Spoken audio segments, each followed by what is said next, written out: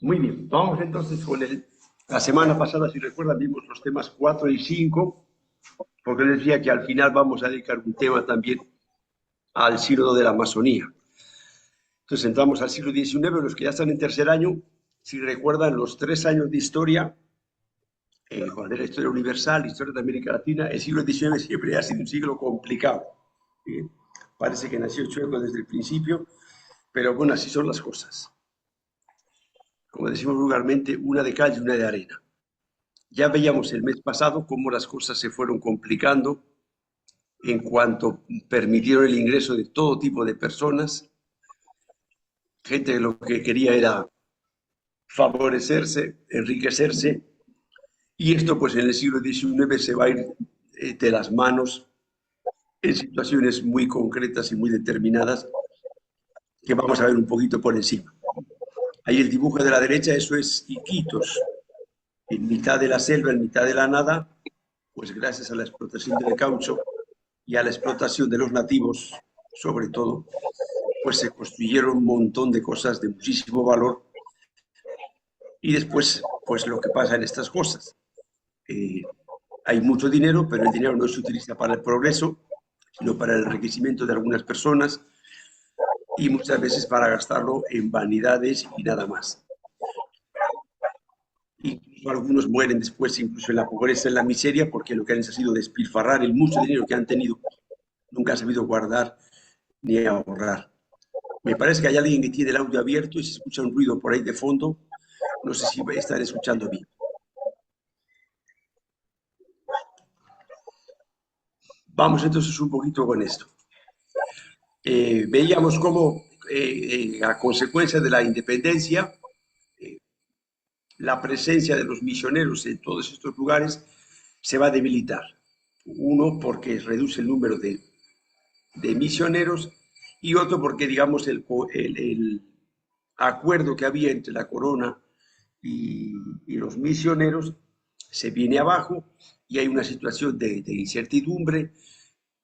Al final aquello se convierte en tierra de nadie, no hay protección por parte del Estado y toda esta gente que estaba queriendo entrar eh, para pues enriquecerse, algunos con buena voluntad, pues también había de todo, o sea, no vamos a meter todos en el mismo saco.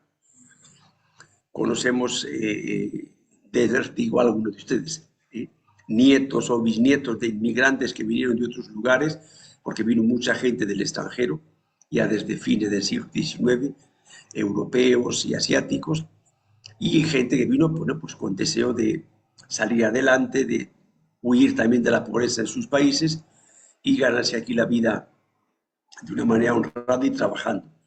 Y bueno, pues es gente que tiene su mérito y su valor, han abierto carreteras, han hecho cultivos, no vamos a meter a todos en el mismo saco.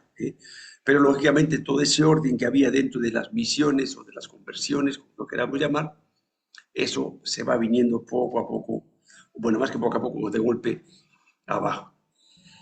Lamentablemente, como sigue sucediendo ahora, las personas, los gobernantes, los que están, digamos, en el poder, más que servirse del pueblo, lo que buscan es, perdón, más que servir al pueblo, lo que buscan es servirse del pueblo, son los principales explotadores de la zona, de los recursos naturales y los principales explotadores de la gente, ¿no? Utilizan las costumbres antiguas como la minga de trabajos comunitarios, pero ya no para trabajos comunitarios, sino para enriquecimiento propio. Y ya veíamos también el mes pasado que van a chocar con los pocos misioneros que quedan, precisamente porque los misioneros no les dejan hacer toda esta trampa y toda esta mayosería. Veíamos ya no hay sacerdotes que los defiendan, aparece nuevamente el problema también de las fronteras y los nativos lo que van a hacer en la mayor parte de los casos se sienten desprotegidos. Veíamos que una de las amenazas era los que los esclavizaban, los bandeirantes, asaltaban los pueblos, mataban a un montón de gente, llevaban un montón de esclavos y los vendían. Entonces, al no estar protegidos por la protección que a su vez tenían los misioneros, se sienten desprotegidos y lo que hacen es, se van al monte pues, a vivir como han vivido durante siglos. Y todo ese avance en higiene, agricultura, en crianza de animales, en mejorar una alimentación más rica y más balanceada. Todo ese conocimiento, incluso de aprender a leer y a escribir, a cocinar otro tipo de cosas, las escuelas que había, todo eso en muchos casos se vira abajo. Lo que pasó pues en el 1742 con Juan Santos Atahualpa, pues aquí prácticamente un siglo después vuelve otra vez a suceder lo mismo. Lo que pasó en la época del virreinato vuelve a suceder aquí. Los sacerdotes, los misioneros hacen las denuncias a las autoridades hacen leyes a favor de los indígenas para que los dejen en paz, para que no los exploten, para que no paguen impuestos, pero sucede en buena parte lo mismo que en los tiempos del virreinato. Esta gente ambiciosa, ya lo hemos dicho varias veces, la ambición es una idolatría, dice San Pablo, y no conoce a nadie y pasa por encima de todo el mundo y es capaz de hacer auténticas aberraciones, como vamos a ver que, que sucedió aquí. Entonces, la norma de toda la vida en el Perú, las leyes se acatan, pero no se cumplen. Lo hablábamos también la semana pasada, del que contrata un abogado para saltarse las leyes, el que contrata un ingeniero de medio ambiente para saltarse las leyes de medio ambiente legalmente, y eso es un problema que llevamos, no sé si en la sangre, donde lo llevamos, pero por supuesto es un freno para el desarrollo de nuestro país, el desarrollo de nuestra gente. Lo llevamos arrastrando desde muchos siglos atrás, ¿no? Los comerciantes, los patrones y en cierto modo las autoridades se enfrentan con los misioneros. Los misioneros van a ser los principales defensores. Hoy celebramos a Santo Toribio de Mogrovejo, un santo, un santazo, un gran santo, que nació en España, pero los 25 últimos años vivió en el Perú, arzobispo del Perú. Si hay alguien de la parroquia de Huancabamba, les felicitamos porque su patrono, el 2006 se creó la parroquia de Huancabamba en el cuarto centenario de la muerte de Santo Toribio, porque lo que abre la parroquia de Huancabamba estuvo también Santo Toribio en el libro de visitas que se ha publicado hace poco en el Perú el año pasado. En la tercera visita, precisamente con el que ha hecho esta edición, el profesor José Antonio Benito, verificamos que ha estado en esa parroquia, en Huancabamba. Y ahí hizo el milagro de hablar a los nativos llanesas. Él les habló en castellano y ellos les entendieron en su idioma. Pues bien, Santo Toribio y con él otros muchos misioneros y sacerdotes defendían a los nativos, defendían también estas misiones donde vivían tranquilos y vivían en paz, y los que querían explotarlos a como de lugar, lógicamente se enfrentan con ellos y no tienen más que broncas y problemas y les hacen la vida imposible. Se va a crear, mezclando las cosas, la imagen del compadrazgo que hasta ahora todavía existe en la selva. Yo recuerdo que una de las cosas que Monseñor Gerardo nos ha advertido a los sacerdotes más de una vez, que tengamos cuidado cuando viene un patrón a que el padrecito vaya a su fundo a bautizar a todo hijo de vecino. Y él es el padrino de todos. Entonces la figura es, el patrón se convierte en padrino, establece una relación familiar, espiritual, si lo queremos llamar así, con los ahijados, pero no es para apoyar al ahijado, al revés, es para explotar al ahijado. Compadre, pues. El nativo se siente vinculado con el patrón y el patrón lo tiene bien amarrado. Tú eres mi ahijado y lo que hacen es convertirlos prácticamente en esclavos. Como había pocos sacerdotes, los mismos comerciantes son los que los hacían bautizar, o sea, ellos mismos los bautizaban y el obispo tiene que prohibir, ¿sí?, que, a no ser en caso de emergencia, como en la actualidad, cualquier persona bautice, porque lo que es utilizar la religión, algo en lo que ellos creían, para aprovecharse de los nativos. Como vemos, el orden que había se ha venido todo abajo y se ha convertido de cierto modo en tierra de nadie y se han hecho auténticas barbaridades. El, el colmo de los colmos va a ser en la época del caucho. Se establece un comercio entre Perú y Brasil, que es naturalmente nuestro principal aliado. Curiosamente, ahora en el siglo XXI, casi nadie piensa en la alianza con Brasil. Es el país más grande de América Latina, el mercado más grande de América Latina, y sin embargo nadie piensa. En esa época hablaban en serio y se hicieron proyectos de hacer ferrocarril, tren, que una Lima con el Brasil, lógicamente pasando por la selva. Ahora tú dices eso, te miran, se sonríen, pensando que eres un ingenuo o un idiota. Eh, bueno, se buscó ese comercio con el Brasil y claro, bueno, se buscó, se hizo. Y era un comercio muy lucrativo. Entonces, aquí vuelve lo de antes, aparecen las ambiciones, las explotaciones y todo lo que el Perú vendía al Brasil, pues se busca la forma de conseguirlo lo más barato posible, la mano de obra más barata posible, el transporte lo más barato posible, y que es a costa de prácticamente esclavizar a los nativos. Por otro lado, lo que se ha hecho a lo largo de la historia, las grandes pirámides de Egipto que nosotros admiramos con la boca abierta, se hicieron a base de miles de esclavos. Las grandes construcciones que admiramos en el Cusco, con esas tremendas piedras, eso lógicamente no lo hicieron los extraterrestres ni lo hicieron con grúas, lo hicieron a base de cientos de miles de esclavos que tenían en las guerras con otros pueblos. O sea, lamentablemente la historia es así. No vamos a decir que está bien, por supuesto que no, pero el hecho está. Lo cierto es que había un negocio importante y la ambición, repito, no tiene límites. Poco a poco va entrando la presencia del Estado, con el establecimiento del correo, las municipalidades, unidades militares,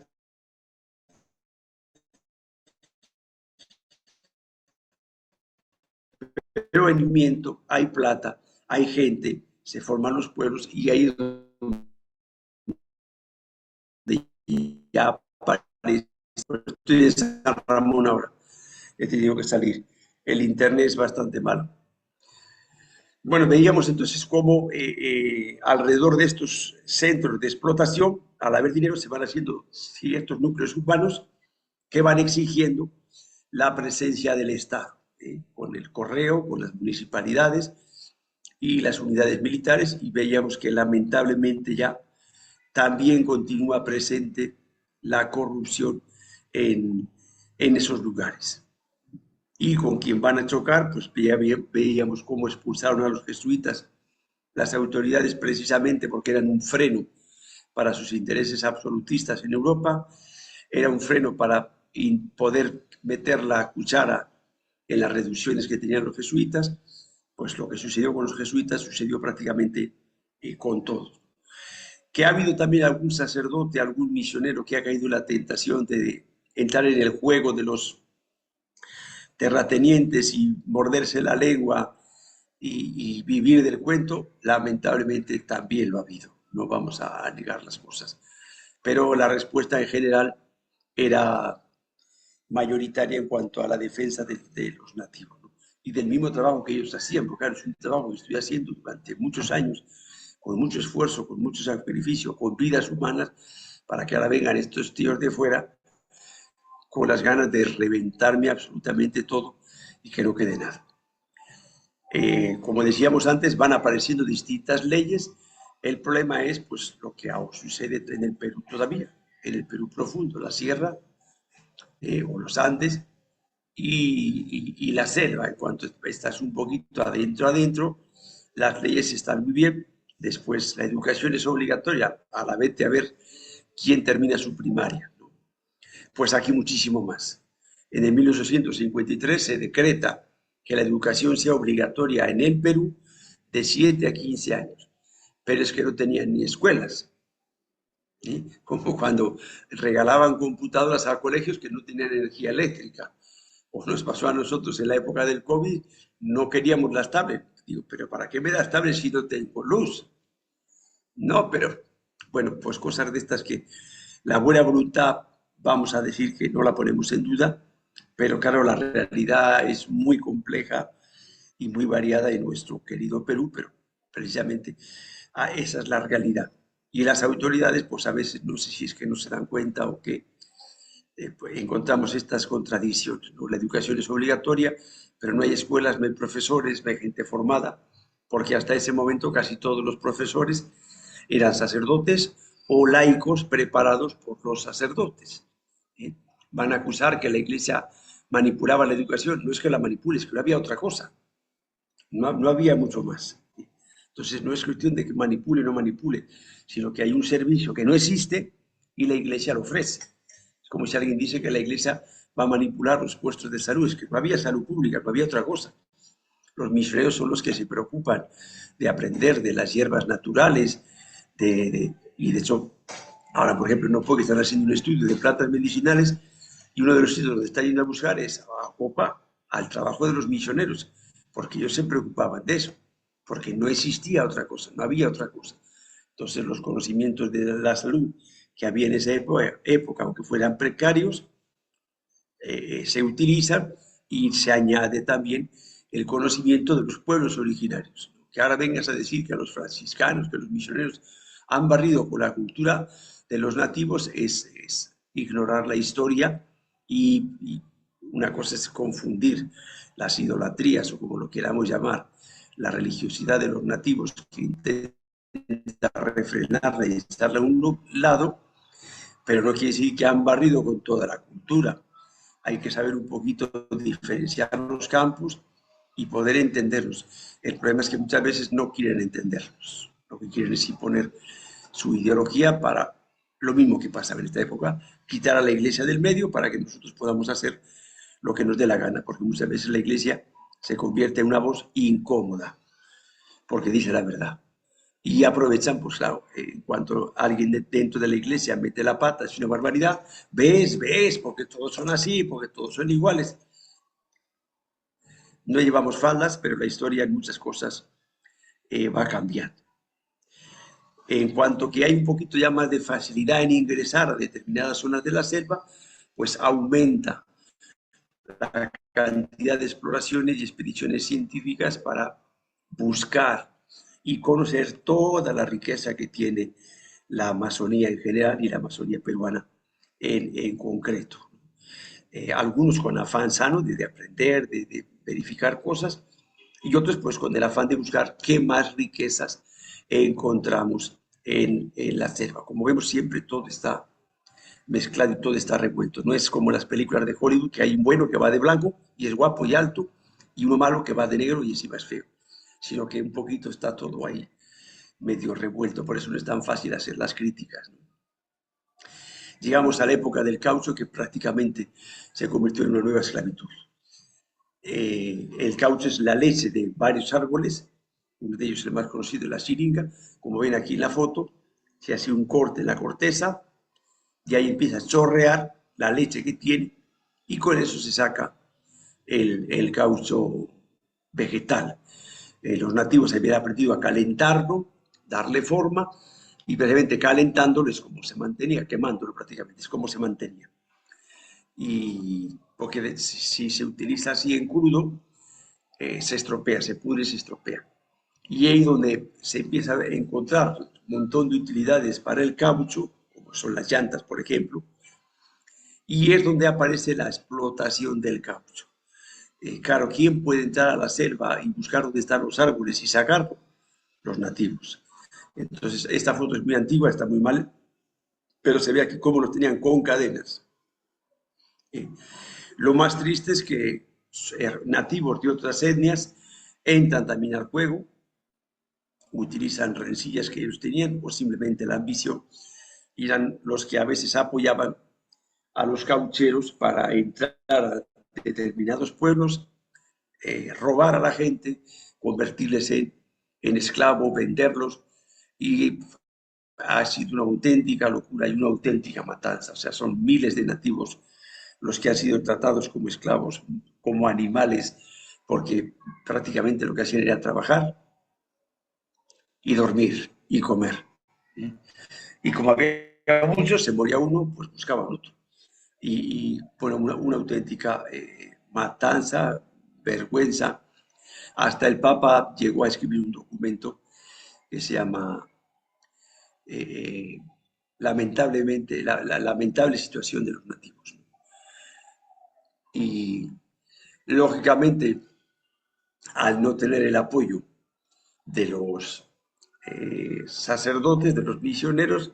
Aquello era tierra de nadie, porque entraban con armas. Los caminos que ella había un poquito facilitado les permitía precisamente entrar y llevarlos como animales y como bestias. Los que podían se iban al monte, pero claro, los otros nativos eran los que sabían llegar al monte, encontrarlos y llevarlos. Se habla de en la zona del Putumayo, en el norte, solo hay 40.000 muertos.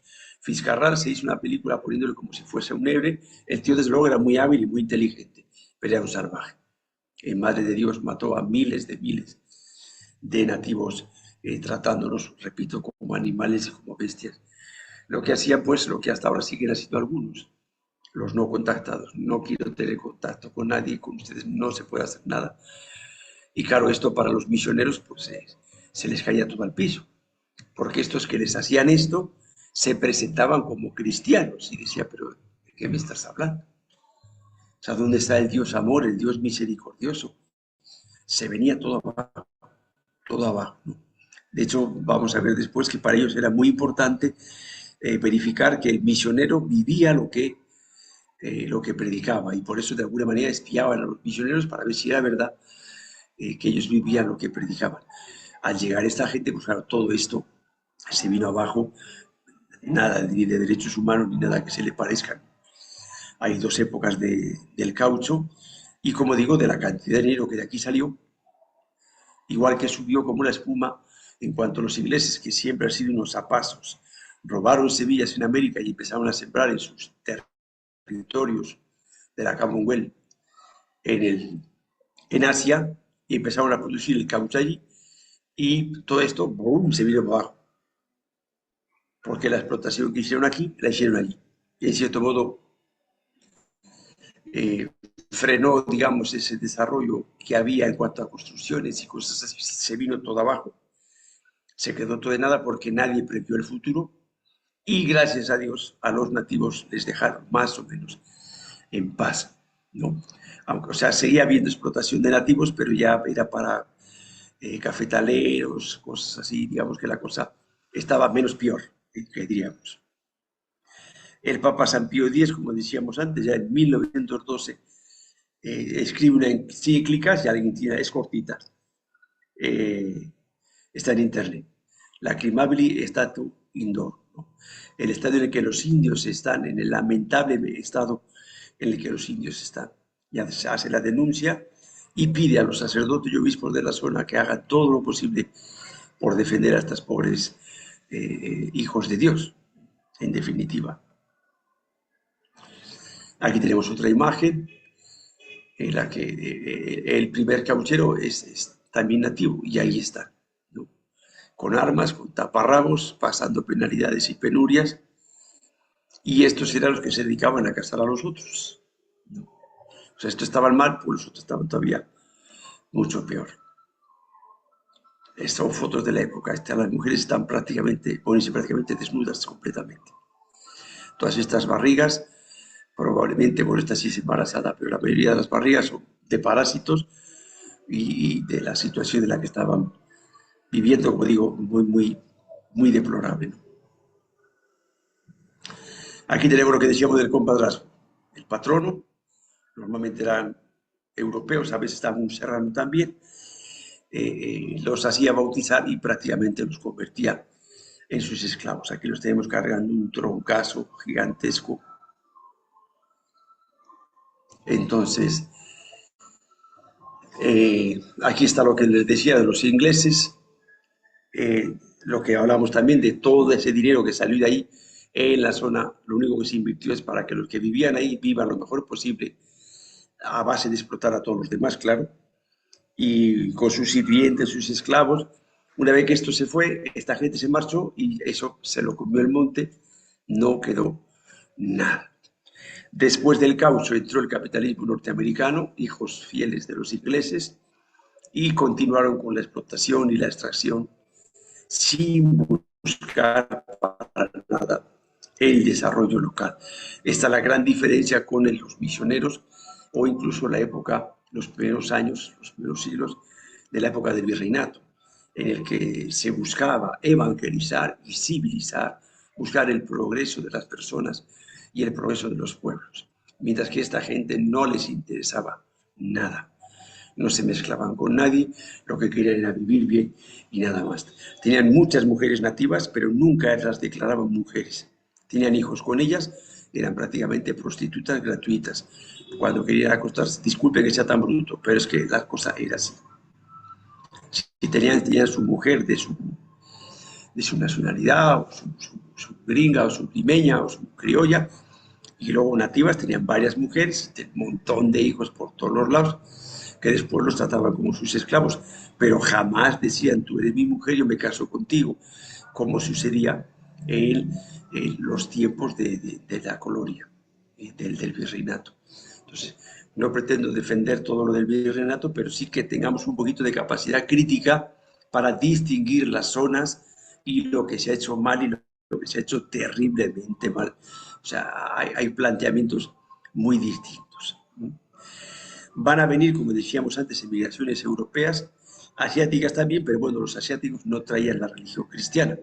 Aquí en Saramuna, hasta hace unos cuantos años, había una pagoda china. Los europeos sí normalmente traían su religiosidad y su catolicismo popular. Italianos, españoles, franceses, alemanes, muchos huyendo de situaciones complicadas después de la Primera Guerra Mundial, después de la Segunda Guerra Mundial, huyendo de hambrunas, bueno, pues llegaban acá y a su manera pues iban viviendo la fe y pedían la presencia de los sacerdotes. El caso más claro es el caso de Posuso, que llegan de Alemania y piden sacerdotes alemanes, porque ellos hablan alemán, que los atiendan. Y ahí empiezan unas colonias potentes en cuanto a producción, porque hay gente que venía a trabajar, no eran explotadores. Y, y ellos también buscan la fe, entonces son colonias eh, también cristianas, colonias católicas. Algunos había veces que eran luteranos, pero ahí han tenido que hacer el ecumenismo porque no quedaba otra. Y en Oxapampa, por ejemplo, también había sacerdotes alemanes, en Villarrica también.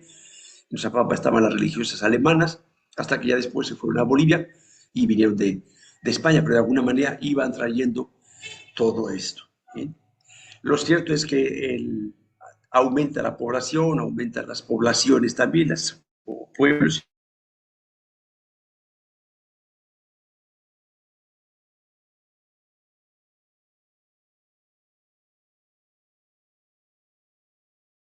Perú, el mismo los que solicitan a Roma, al Vaticano y al Congreso, al gobierno peruano, que soliciten lo que se van a llamar las prefecturas apostólicas, que ya es el tema del día siguiente, ¿no? Pero por eso es un siglo muy complicado, muy caótico, muy lamentable, pero como repito, la historia es así y no como a nosotros nos gustaría. En los lugares donde todavía están los misioneros, en su mayoría, repito, prácticamente exclusivamente franciscanos, existen todavía estas misiones vivas y la historia, cómo se vivía en esas zonas, pues más o menos un poquito lo hemos visto, ahí lo tienes un poquito más especificado, cómo intentaban vivir haciendo su isla independientemente de todas estas influencias, ¿no? Las autoridades, digamos, la autoridad máxima era el sacerdote, los misioneros, porque eran los que lo habían organizado todo, los que llevaban todo y se preocupaban de todo. Pero desde el principio siempre han querido respetar en lo posible la organización que ellos ya tenían propiamente en su época y que ellos también sean los que vayan sacando el pueblo adelante. No sé si tenían la mentalidad de ahora de que sean los promotores de su propio, sea más fácil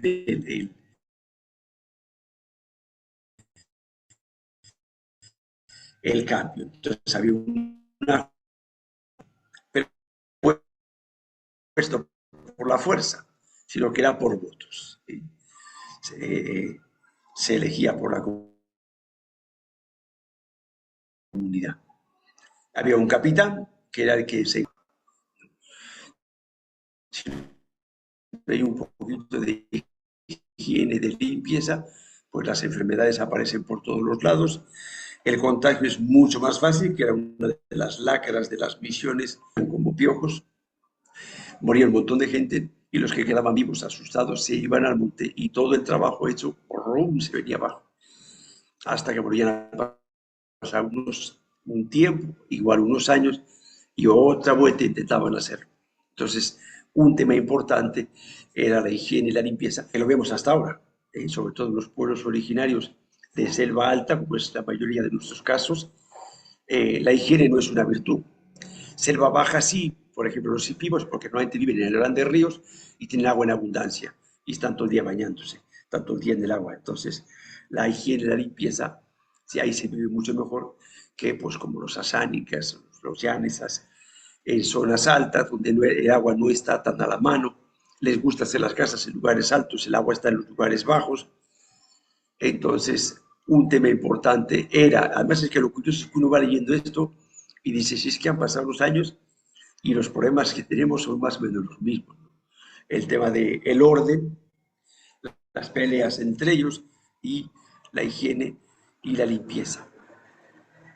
Había unos mayordomos y unos alguaciles de mujeres también elegidos por votos, en los que unos cuidaban de todos en general, pero más en concreto de los varones, y otro de las mujeres. Vemos cómo hay ese trato y esa delicadeza de saber distinguir la psicología y la sensibilidad del varón y de la mujer. Entonces vigilaban que la gente trabaje, tenían sus horarios de trabajo, y el nativo, pues como no tiene ambición ni quiere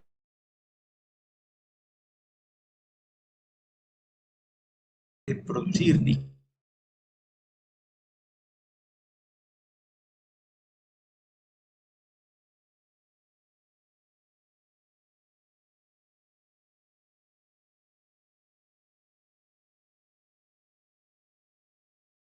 No se escucha.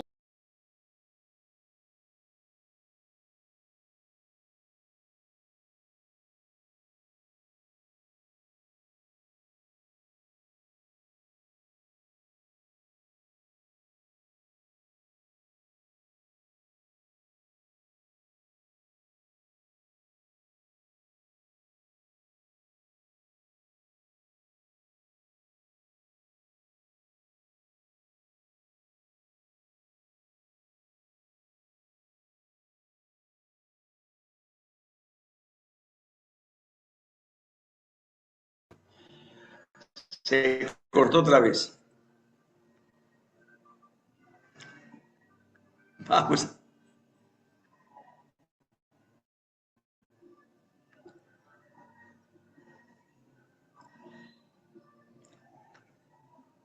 vamos allá. Se cortó otra vez. Vamos a seguir. Listo.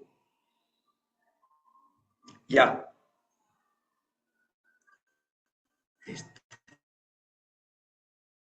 Vamos a quitar.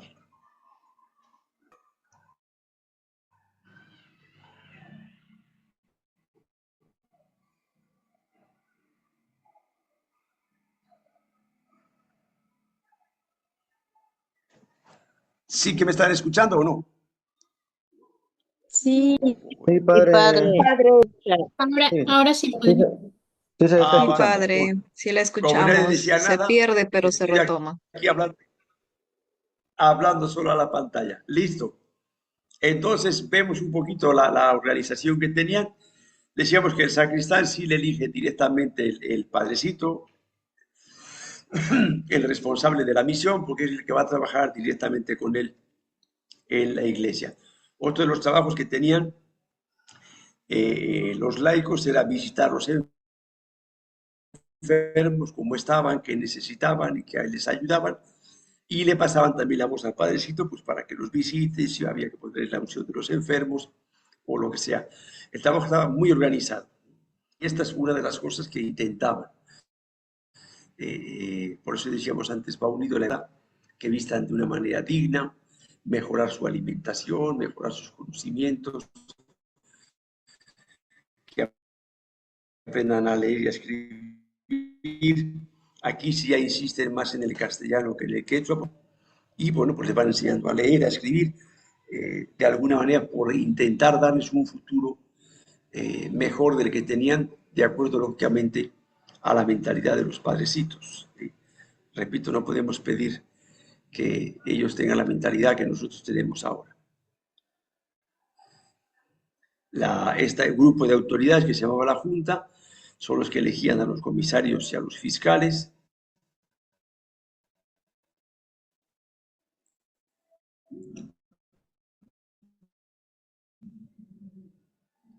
¿no? Y esto sigue siendo, ya digo que es muy interesante porque en la actualidad prácticamente sigue siendo igual. El padrecito tiene que tratar bien a todos, tiene que ser cariñoso, tiene que ser entrador, que decíamos así. Importante para el padrecito y las madrecitas. Yo a más de una madrecita le he dicho, mire madre, usted es la directora del colegio, es la sargenta del colegio. Jamás va a tener vocaciones, porque ninguna muchacha quiere estar en el colegio. Y si quiero ser sargenta, me voy a la policía. Entonces, el trabajo de sargenta, déjeselo a los auxiliares, ellos que hagan el trabajo de sargento. Usted sea la buena gente del colegio. Lo mismo pasa con el sacerdote. Tenía que, no puede tener sus engreídos, tengo mis chocheritas que están todo el día conmigo, son los que me lavan la ropa, me tienden la cama. No, no, no. Es una por turnos. Los preferidos del sacerdote, del misionero, del catequista, son los que más lo necesitan. O bien porque son más pecadores, o porque son más débiles, o porque están más enfermos. Y luego, pues hay que ver un poquito. El padre Yanni, recuerda, hace muchos años ya, cuando estaba vivo, claro, y le mandaban seminaristas combonianos a su parroquia y le decía, ¿saben jugar fútbol? ¿Saben tocar guitarra? Porque eso es imprescindible para entrar con jóvenes. Bueno, ver una manera de no ir con cara larga a la gente, no con cara de amargo, con cara de fastidiar. Bueno, a veces uno está preocupado, pero ese, como decía el padre Pepo, la pastoral del saludo, el hablar, el saludar, y la parte amarga, la parte desagradable, bueno, pues a veces hay que ponerse serio, lógicamente. No vamos a hacer el payasito de turno. ¿Eh? Pero ese esfuerzo por ser amable, por ser sonriente y por supuesto por ser íntegro. Porque una de las cosas que hacen, que es lo que ponemos aquí, ¿no? La casa de misión estaba siempre abierta. Los nativos comprobaban y probaban la coherencia de los padres. Le mandaban una muchacha a ver que le coquetea, a ver cómo se comportaba el padre. A mí mismo, cuántas veces los muchachos me preguntan, ¿dónde está tu mujer? ¿Tienes mujer? ¿Tienes hijos? Ya les he dicho que no, pero ellos quieren comprobar que lo que tú dices es verdad. El día que se convenzan que es verdad, empezarán a hacerte caso. Mientras no estén convencidos de que es verdad, están sospechando. ¿De acuerdo? Veíamos ya el horario ordenado que tienen, las oraciones como una especie de motivación en la mañana, ahora, ¿cómo se llama? Pausa activa, sí, ahora está más moderno. Sí. Su horario de trabajo en horas donde no hacía mucho calor, las primeras horas de la mañana y las últimas horas de la tarde, la misa, la escuela y la catequesis para los niños, la charla con el misionero, respetan las fiestas y los bailes que los nativos tienen y contra lo que siempre luchan y seguimos luchando en la actualidad es contra la borrachera. Los entierros dicen que en esa época les gustaban mucho y todo eso lo respetan. Si venía alguien de afuera, se hospedaba en el convento y no podía tener contacto directo, digamos, sin supervisión de alguien con la gente, porque llega alguien, les calienta la cabeza, se les lleva a trabajar a no sé dónde a sacar coca, regresan con el pelo pintado, con pendientes, borrachos, mujeriegos y fumadores.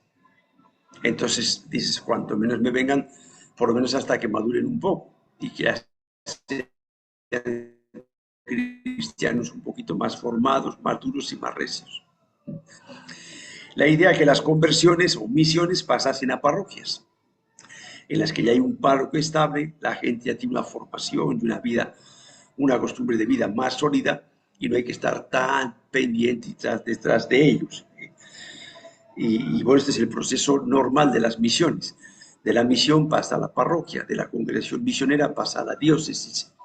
Y allá se va formando la iglesia local, que va sacando sus propios recursos, sus propias vocaciones, sus propios catequistas, etcétera, etcétera.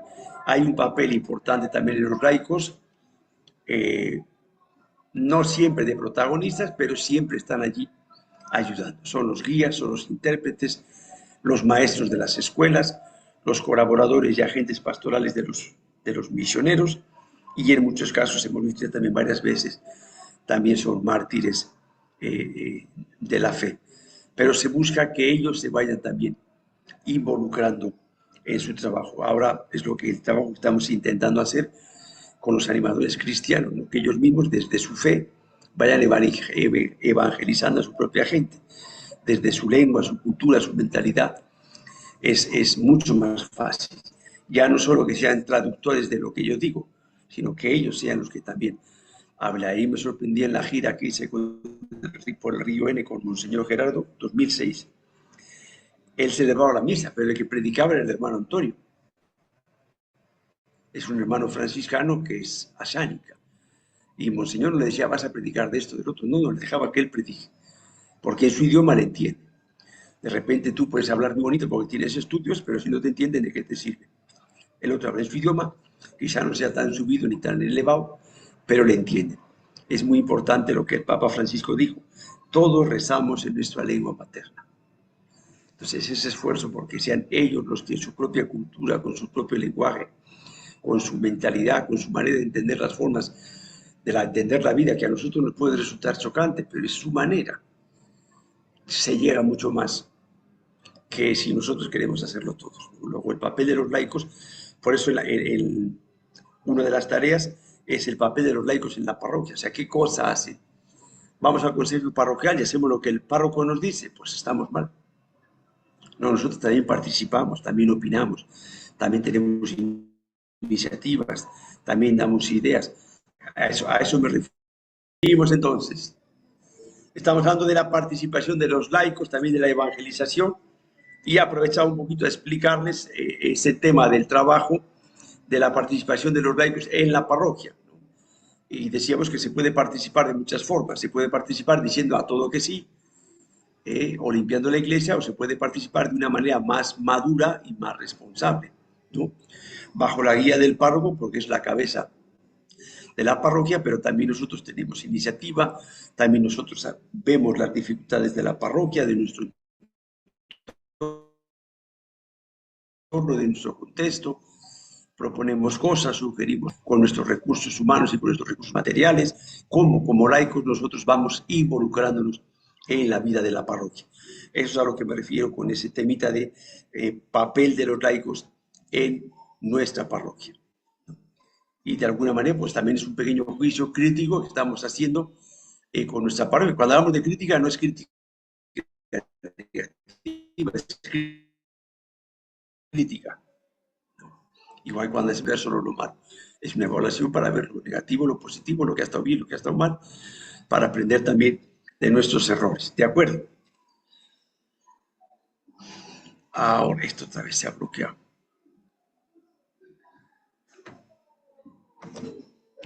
Ahí está. Veíamos cómo en la época del virreinato el patronato regio cubría la mayor parte de las necesidades económicas de las misiones.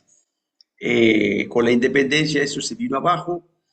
El Congreso Nacional aprobó una asignación, había ayudas puntuales, así tipo bonos, se aprobó una asignación anual porque al Estado le interesaba la presencia de los misioneros en esa zona para poner orden, para que haya presencia del Estado, para que no se pierdan las fronteras, hemos hablado de ese tema varias veces. Entonces, para el Estado es una inversión, no es que esté ayudando a la iglesia, no, le sale mucho más barato mandar misioneros, decíamos, que mandar geógrafos que hagan mapas. Le sale más barato mandar misioneros y darles una propina porque gastan poco que mandar todo un batallón del ejército. ¿Qué sucedía? Que esa ayuda nunca llegaba a estos lugares. No por mala voluntad de los que daban el dinero, sino que por el camino empezaba a chorrear, a gotear, a chorrear, a gotear, cuando tenía que llegar al final, nunca llegaba nada. carta va, carta viene, documento va, documento viene, que fulano, que mengano, que sultano, que tal densa, que tal otra, no llegaba. Entonces ya hablábamos algo el tema pasado, empezaron a buscar apoyo en Lima, sobre todo en las grandes ciudades, ¿no? Donde veo un poquito más de dinero y sensibilizar a la gente, motivarles que todo es iglesia, que todo es el Perú y que tenemos que ver cómo nos apoyamos los unos a los otros. Después aparecerá a finales del siglo XIX ya a nivel mundial la obra de propagación de la fe, con lo que conocemos ahora, ¿no? El Domingo Mundial de las Misiones, el DOMO, la infancia misionera de apoyo a los niños, el Domingo de las Misiones Nativas, apoyar que nativos de la misma local, de la misma zona, sean los sacerdotes del mañana para su formación, su estudio, lo que acabamos de hacer el domingo pasado, la colecta para las vocaciones. Se va tomando esta mentalidad de que toda la iglesia es misionera y entre todos tenemos que ver cómo apoyamos. No todos podemos irnos a la selva, pero sí podemos rezar, podemos aportar, podemos hacer colectas, podemos reunir fondos, podemos animar a gente. Se va tomando un poquito conciencia de que iglesia somos todos y las necesidades de la iglesia son nuestras. Van apareciendo misioneros laicos y otro lugar importante que esto todos los años quiero agrandarlo, pero si me falta el tiempo, es la presencia de las religiosas.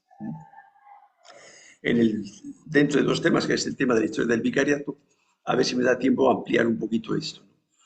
Empiezan a llegar congregaciones religiosas femeninas a complementar el trabajo con los misioneros. Veíamos como a veces compraban niños y sobre todo niñas acusadas de brujería o cosas así, y los frailes decían, ¿qué hacemos nosotros con estas niñas? Es lo normal es que unas religiosas, pues entre mujeres sepan atender a las niñas, cuidarlas, acompañarlas, cómo le explicamos cuando venga la primera menstruación, cómo le explicamos que no se enamore de este sonsonazo. Y entonces empiezan a buscar el apoyo de las religiosas, ¿no? Para trabajar con las mujeres, con el desarrollo de la mujer, prepararle para que sea una buena madre de familia, para que empiecen a hacer proyectos de emprendimiento que llamamos ahora, pero que en esa época no se llamaban así, pero existían, ¿no? Para mejorar la alimentación de la familia, todas esas cosas, pues es más fácil que de mujer a mujer se entiendan.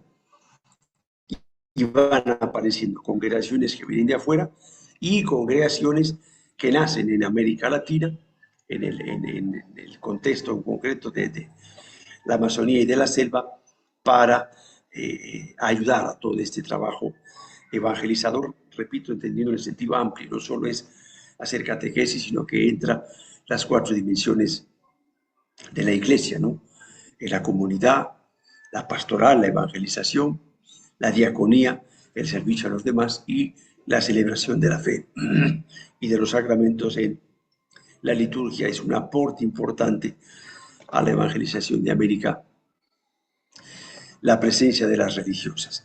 Lo cierto es que a finales del siglo XIX se puede resumir en esta frase: hay pocas misiones, se han perdido un montón de misiones por todos estos problemas que estamos viendo ahora, y hay muchos menos misioneros todavía. Los franciscanos, que ven que no dan abasto, intentan que muchas de estas misiones que ya están maduras las acojan las diócesis cercanas y pasen a ser parroquias. Las diócesis tampoco tienen sacerdotes suficientes, no saben exactamente cómo hacerlo, no tienen la formación que han tenido los misioneros en Ocopa para trabajar con toda esta gente, y el cambio es hasta ahora es difícil, ¿no? Los que han estado en una han tres o cuatro y el diocesano es uno solo. Lógicamente, uno no puede ser lo de tres o lo de cuatro, y va complicando un poquito las cosas. En el norte peruano, bueno, vemos allá un poquito, ¿no? Quedan muy pocas misiones. En el Ucayali quedan 2 misiones nada más. Pequeñas poblaciones, lo que ahora ya son ciudades: Pucallpa, Sarayaco, Tierra Blanca. En Chanchamayo, un poquito en esta zona, San Luis de Suaro, se funda la parroquia de San Luis de Suaro del padre Sala, veíamos la semana pasada. Quillazú, Cerro de la Sal, Puerto Bermúdez también que se funda, y prácticamente es lo que queda. Todo lo demás se va un poquito perdiendo, y esta zona sí se refuerza con colonos andinos.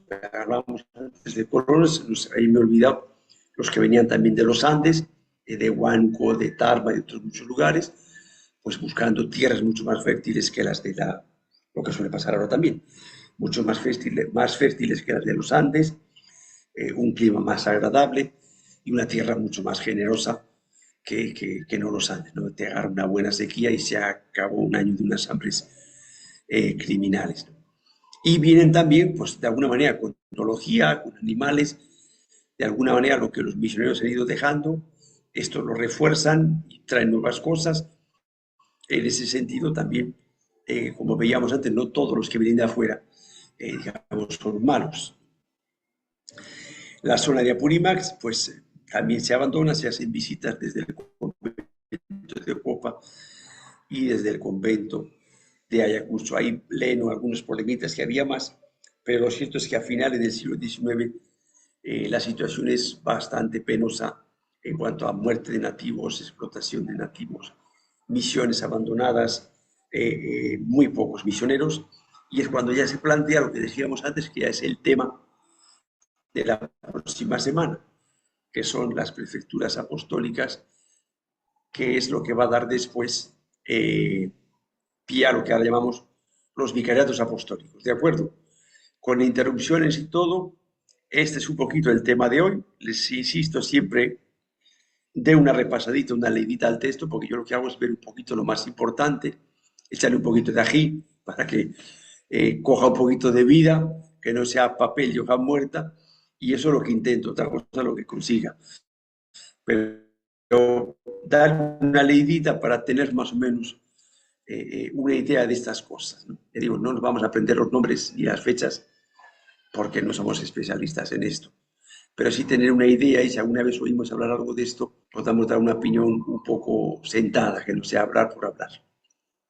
Muy bien, si hay alguna duda, alguna pregunta, ya he ido leyendo en la plataforma los trabajos, pero claro, lo tengo tan amontonado. Poco a poco, en líneas generales, creo que están bien, porque de lo que se trata básicamente de sacar la información para después armar el trabajo, ¿eh? Alguno ya ha ido poniendo alguna pequeña observación ahí, pero está bien, ¿ya? A ver, ahora sí tengo ya un poquito más de tiempo y me pongo al día revisando todo esto.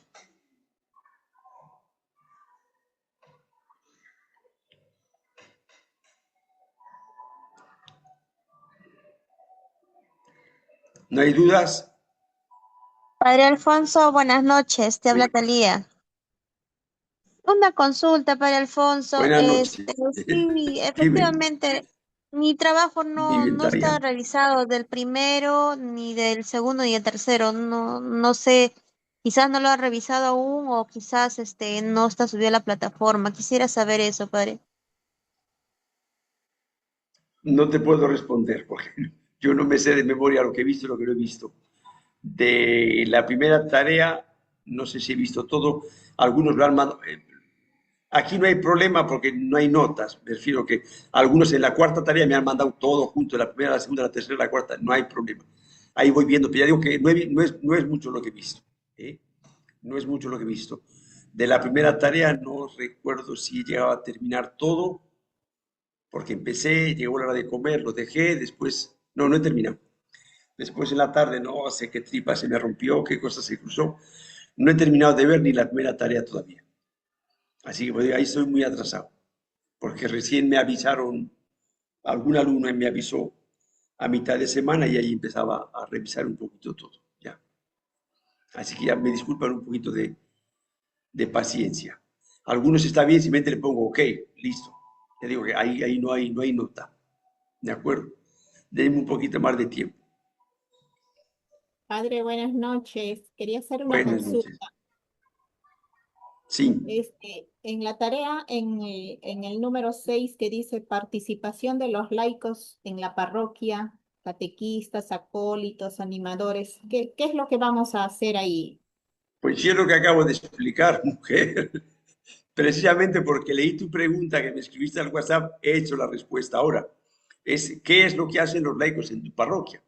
Pues hay tantos catequistas en mi parroquia que son laicos, nosotros organizamos la catequesis de comunión, de confirmación, los laicos participamos en el consejo parroquial. ¿Cómo participamos en el consejo parroquial? Hacemos lo que el padre nos dice, bueno, pues ya está. O también nosotros opinamos, tenemos ideas, tenemos iniciativas, no a espaldas del padre, por supuesto, conversando con él. Eso es un poquito lo que hay que ir hablando, la participación de los laicos en la parroquia. Si estamos o no estamos presentes, ¿no? ¿En qué cosas estamos presentes? Hay lugares, parroquias, donde la catequesis lleva a las religiosas. Los catequistas hacen lo que la religiosa les dice, pero las que lo llevan son ellas. Entonces, bueno, pues hay laicos, sí, pero hacemos lo que la religiosa nos dice. Bueno, pues ya está bien. En otros no, los laicos llevan todo. Ellos son los que organizan los temas coordinando con el padre, ¿no? O con quien esté encargado. Ellos son los que se encargan un poquito de todo. Por ahí vamos viendo un poquito la madurez de la parroquia, ¿no? La parroquia no es el padre nada más, la parroquia somos todos, no solo para echar el dinero en la canasta el domingo, sino también para todas estas cosas. Entonces, eso es lo que les estoy pidiendo en ese punto en concreto, ¿no? ¿Qué es lo que hacen los laicos en la parroquia? ¿En qué participan? Y ahí les pongo unos ejemplos, que es lo más normal, el coro, la catequesis, la liturgia, etcétera, etcétera. ¿En qué participan y cómo participan? ¿De acuerdo? Ok, A padre, ver, ya le entendí. Nelly, ahí tiene la Este, mano levantada. Padre, este, sí, uno más, en Sí, donde dice en nombre de la congregación de religiosas que hay en mi parroquia, ¿cuándo llegaron? ¿Es las hermanas? ¿Cuándo han llegado? ¿O cuándo se ha abrido claro, la... sí, sí. Sí, sí, son las hermanas, eso es, sí. Ok, padre, eso sería todo. Gracias. Sí, muy bien. Padre, buenas noches. padre, uy, A ver, vamos por orden, sí. Dime, Nelly. padre, buenas noches.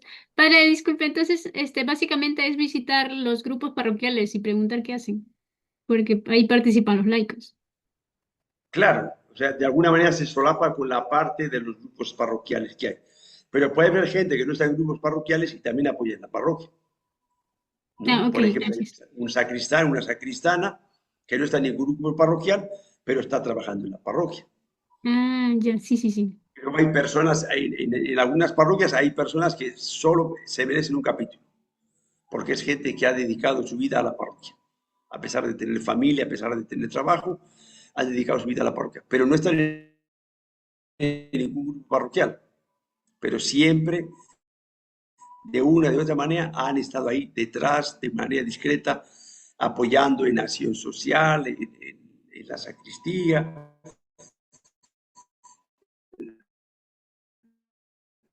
lo que Padre, sea. De acuerdo, padre, sí, buenas noches. ser Sí, exclusivamente los grupos parroquiales. Ya, sí, padre, buenas noches. Mi pregunta era cuando habló en Madre de Dios, habló que varios indígenas eran, bueno, en este caso habían como 40.000 nativos, eran solo de Madre de Dios, así que porque yo sé que, bueno, ahí hay una diversidad de comunidades nativas, ya sea Shipibo, ese Jaconibo, ¿no? Y Fiscarral, como mencionó, esa parte quizás un poquito ahí después no lo había escuchado bien.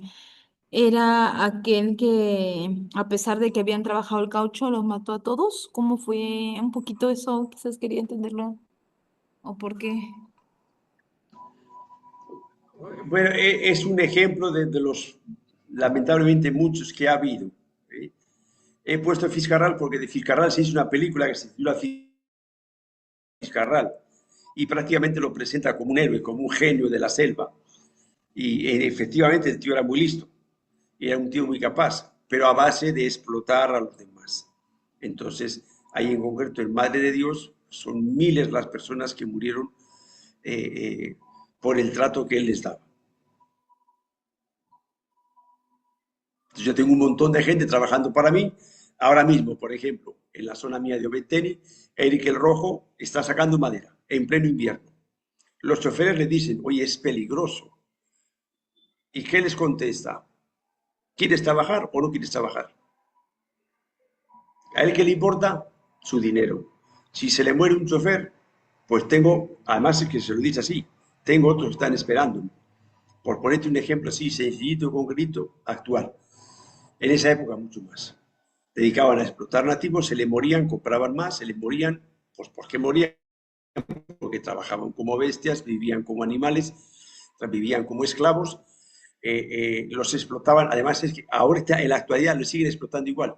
A nuestros muchachos de 20 y les llevan a trabajar a la chacra en mitad del monte. Entonces, ¿la tienda de quién es? Del dueño.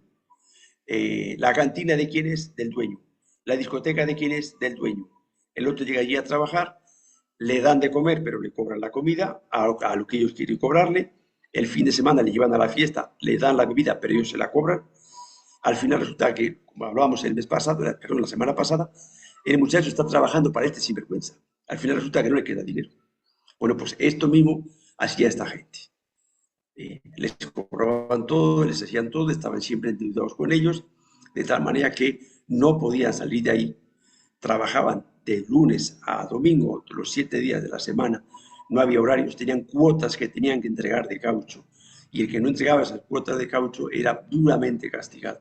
Entonces, a base de maltratar a la gente, han matado, indirectamente o directamente, como lo quieras decir, en el caso de este señor, miles de personas en lo que ahora más o menos es el departamento de Madre de Dios. Eso es lo que les he puesto ahí, que está sacado del texto. Y he citado este caso en concreto porque de él hay una película donde le pinta a comunero.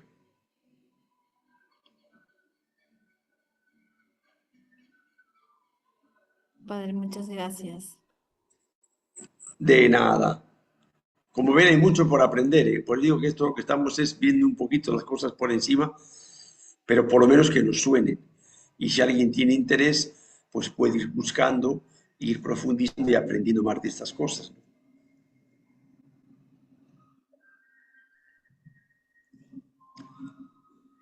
Muy bien, nos hemos pasado un poquito de la hora, pero las culpas se las echamos al internet y nos quedamos tan contentos. Nos vemos la próxima semana y nada, adelante. ¿Ya? Como ya les dije, he cambiado un poquito los temas, porque al final quiero dedicar el último tema un poquito al siglo de la Amazonía, porque es un evento importante en la evangelización de la selva, aunque no sea parte de la historia, es parte del presente, pero creo que es bueno que conozcamos algo. ¿De acuerdo? Nos vemos entonces el próximo lunes, esperemos que con mejor internet y que Dios me los cuide bonito. Chao. Gracias, padre. Buenas noches. Que descanse. Sí.